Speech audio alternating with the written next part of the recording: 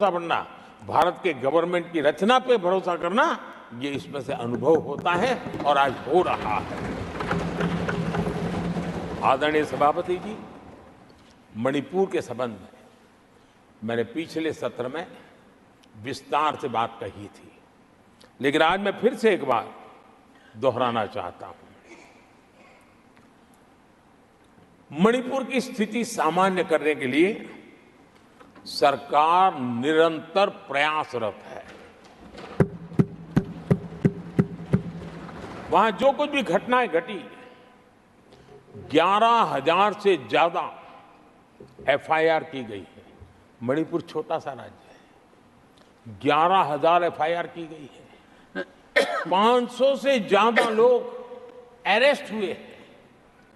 आदरणीय सभापति जी, इस बात को भी हमें स्वीकार करना होगा कि मणिपुर में लगातार हिंसा की घटनाएं कम होती जा रही है।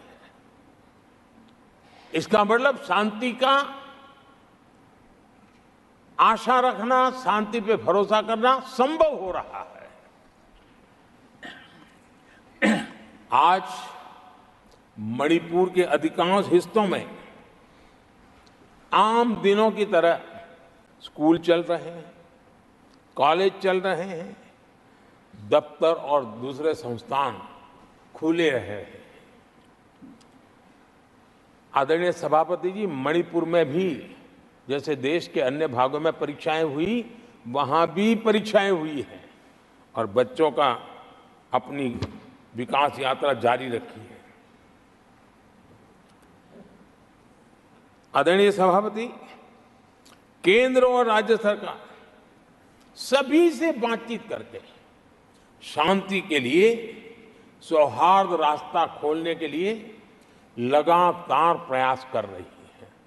छोटे छोटे इकाइयों को जोड़ करके इन ताने बाने को गूंथना एक बहुत बड़ा काम है और शांतिपूर्ण तरीके से हो रहा है। बीते समय में पहले की सरकारों में ऐसा नहीं हुआ है। गृह मंत्री स्वयं कई दिनों तक वहां रहे हैं, गृह राज्य मंत्री हफ्तों तक वहां रहे हैं और बार बार वहां जाकर के संबंधित लोगों को जोड़ने का प्रयास करते रहे हैं। आदरणीय सभापति जी, पॉलिटिकल लीडरशिप तो है ही, लेकिन सरकार के सभी वरिष्ठ अधिकारी जिसका जिसका इन काम से संबंध है, वे लगातार वहां फिजिकल जाते हैं, लगातार वहां संपर्क में रहते हैं और समस्या के समाधान के लिए हर प्रकार से प्रयासों को बल दिया जा रहा है। आदरणीय सभापति जी, इस समय मणिपुर में बाढ़ का भी संकट चल रहा है और केंद्र सरकार राज्य सरकार के साथ मिलकर के पूरा सहयोग कर रही है।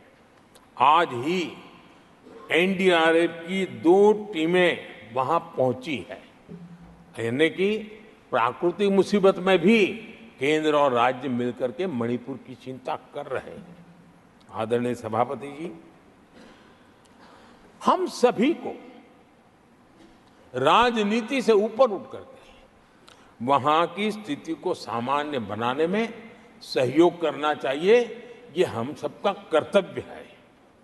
आदरणीय सभापति जी, जो भी तत्व मणिपुर की आग में घी डालने की कोशिश कर रहे हैं, मैं उनसे आगाह करता हूं कि ये हरकतें बंद करें। एक समय आएगा मणिपुर ही उनको रिजेक्ट करने वाला है, ऐसे लोगों को। आदरणीय सभापति जी, जो लोग मणिपुर के इतिहास को जानते हैं, मणिपुर की घटनाक्रम को जानते हैं, उनको पता है कि वहां का सामाजिक संघर्ष का एक लंबा इतिहास रहा है। उस संघर्ष की मानसिकता की जड़ें बहुत गहरी हैं, इसको कोई नकार नहीं सकता है। और कांग्रेस के लोग ये न भूले कि मणिपुर में इन्हीं कारणों से 10 बार राष्ट्रपति शासन लगाना पड़ा है। इतने छोटे से राज्य में 10 बार प्रेसिडेंशियल रूल लगाना पड़ा है, राष्ट्रपति शासन लगाना पड़ा है। कुछ तो मुसीबतें होगी और ये हमारे कालखंड में नहीं हुआ है। लेकिन फिर भी राजनीतिक फायदा उठाने के लिए वहां पर जिस प्रकार की हरकतें हो रही है,